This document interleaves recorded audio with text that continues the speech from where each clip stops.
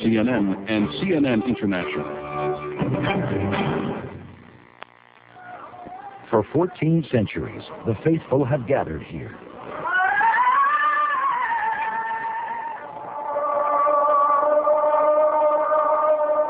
This is Mecca, Saudi Arabia, the sacred heart of Islam, a city closed to all but the faithful, the site of the annual pilgrimage called the Hajj.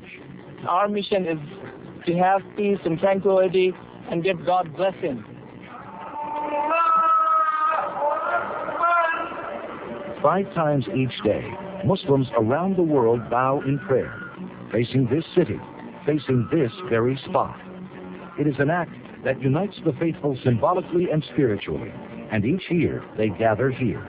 There's no words to describe it. It's a feeling just overwhelms you.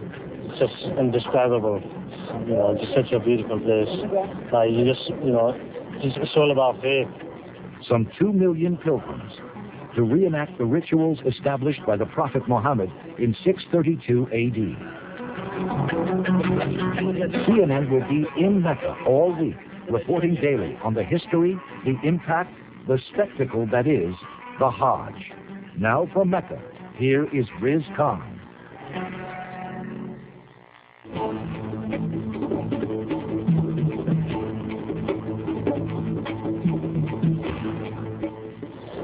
Hello and welcome to the most spectacular religious event on earth, the Hajj, the annual pilgrimage which brings millions of Muslims to this desert city. No non-Muslims may enter Mecca. We've been given unprecedented access to the site, bringing the Hajj as it happens to a worldwide audience. In this half hour, we'll put into context the rituals and look at the people who come to this spot, a place central to the heart of all Muslims. The sun rises on Islam's sacred city, and the sea of pilgrims begins to pour into the holiest of mosques. This is the time that Mecca's significance reaches a peak. More than 2 million Muslims gather for the journey of a lifetime, a journey of faith. وأذن في الناس بالحج يأتوك رجالا وعلى كل ضامر.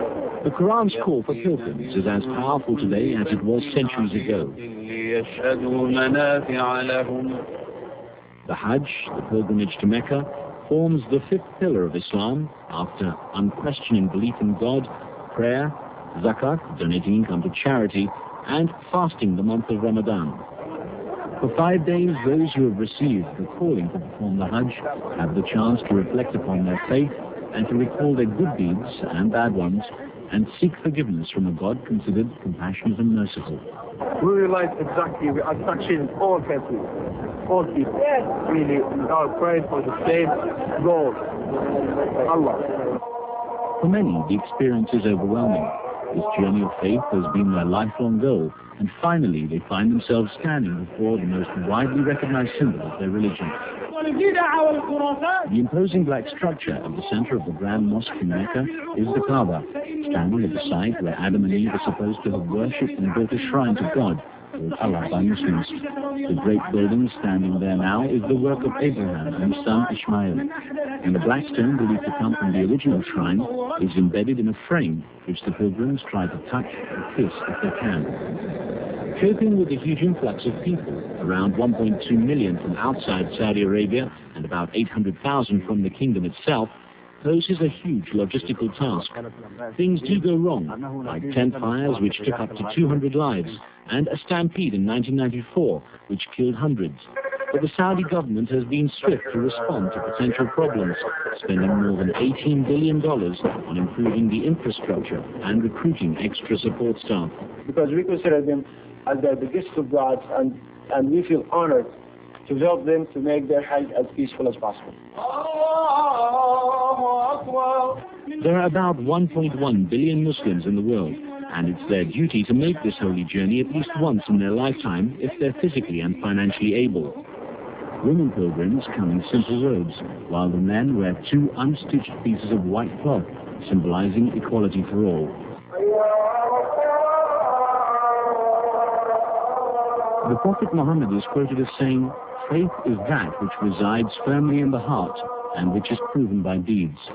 As they trek in from all corners of the world, The Hajj pilgrims are here in Mecca to prove that faith. Well, many have traveled great distances to get here. So what happens when they arrive? Where do they go? What do they do? We spoke with Islamic scholar Dr. Ahmed ibn Saifuddin, who gave us some idea, first of all, on the significance of this place. This place is the center of the world, geographically speaking. And this is the site of where Abraham and his son Ishmael rebuilt this house after Adam built it for the first time. And every prophet made a pilgrimage to this house. What happens to the modern-day pilgrims as they arrive? They arrive in Mina. What happens in the first 2 days? Well, actually, Hajj is formed of 5 days where they spend the first day in Mina in preparation, supplication, and getting ready for the following day, which is very important.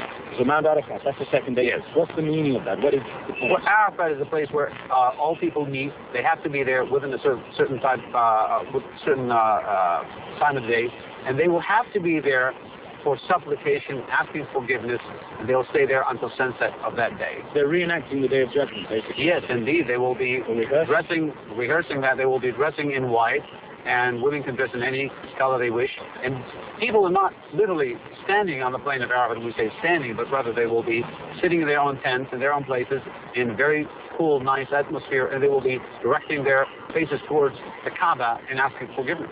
And then they will move to Mina. On the third day, they will cast the 7 pebbles to the Jamarat, and then they will move again to the house, circumambulate the house 7 times. Okay, so they cast the stones to cast out the devil. What is the meaning of the 7 circles around the Kaaba? Circles actually is to reenact what Abraham and his son Ishmael did, and all previous prophets, and even our Prophet Muhammad, peace be upon him, all, because they made Hajj here, and it's really to pay respect to this house. Okay. It's not to worship the house itself, but to worship God in front of his house. Of course, a lot of people, when they hear about the Hajj, they hear the final thing is a sacrifice of a lamb. A lot of people say, is this the right sort of thing to do? What is the meaning of that? Well, after this, they will go back again to Mina to do some other things, among which is to sacrifice an animal, if it's applicable to them. Actually, it's a symbolic thing to pay a tribute, to say that I'm doing it for you, God, because they're not sacrificing, they're sacrificing animals that can be eaten by people in this place as well as throughout the whole world. People who are needy. Yes, the needy who need it, they will be shipped. All right. One last line then, basically. What do the pilgrims take away from this place? Well, of course, it's a very power experience of faith, really to prove their faith and to say that we're coming here to ask forgiveness, to be a new person, and to say I've come to the place of peace here. And Dr. Ahmed ibn Saifuddin will be with us here in Mecca throughout the coming days to help interpret and explain the rituals of the Hajj. Well, when we return, a close look at the people who travel the globe to get here. I meet some of the Muslims who have made it to the crowded streets of Mecca, talking to the pilgrims, finding out how they feel about being on this journey of a lifetime. And we'll also take a look at another side of this huge event, what it takes to manage a crowd of 2 million pilgrims. History has shown it's a monumental task.